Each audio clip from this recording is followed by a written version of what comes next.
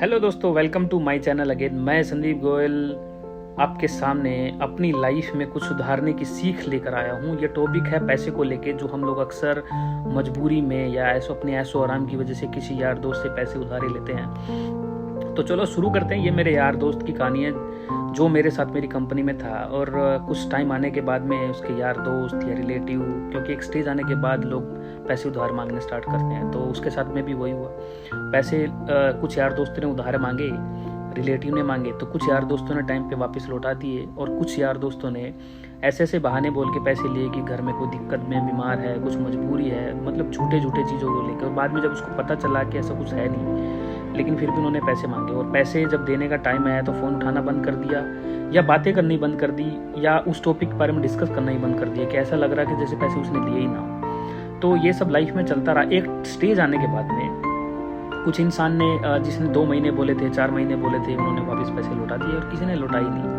तो हुआ क्या, जिसके साथ में रिश्ता टूटना था रिश्ता टूट गया, जिसके साथ में नहीं टूटना था, जो उनको जानबूझ के बस ऐसे आगे आगे करके ऐसे टाइम स्पेंड कर रहे थे, उनके साथ में कुछ हुआ नहीं। बट ये है कि उसके मन में उनके लिए जो इज्जत और रिस्पेक्ट है ना, वो हमेशा के लिए चली गई। तो इस सोच को लेके 2 चीज़ें सामने आती है। अगर हम लोग किसी इंसान से पैसे उधारे लेते हैं तो हमको पहले लेने से पहले उसे देने की टेंशन होनी चाहिए। अब लाइफ में ना अलग अलग टाइप के लोग हैं। देखो, 3 टाइप के लोग हो गए। एक वो लोग जो पैसे लेके पैसे देते ही नहीं है, जिन्होंने रिश्ता ही तोड़ दिया, और एक वो लोग पैसे लेके बात करनी बंद कर देंगे, ठीक है। और एक वो लोग जो पैसे ले लेंगे और आपको बोलते रहेंगे कि हाँ मैं दे दूंगा, मैं दे दूंगा, मैं दे दूंगा। और कुछ ऐसे इंसान जो को टाइम पे पैसे देते, तो 3-4 कैटेगरी के आपके लाइफ में इंसान हो गए। तो आपको डील किसी से करने की जरूरत नहीं, क्योंकि जो उनके माहौल में जो उन्होंने सीखा है वही आपके साथ में होगा, उसको कोई नहीं बदल सकता। बट ये आपकी सीख है कि आप फ्यूचर में उसको कैसे इस्तेमाल करते हो। इसीलिए आज की डेट में आदमी पैसे को लेकर किसी की हेल्प करने की कोशिश नहीं करता।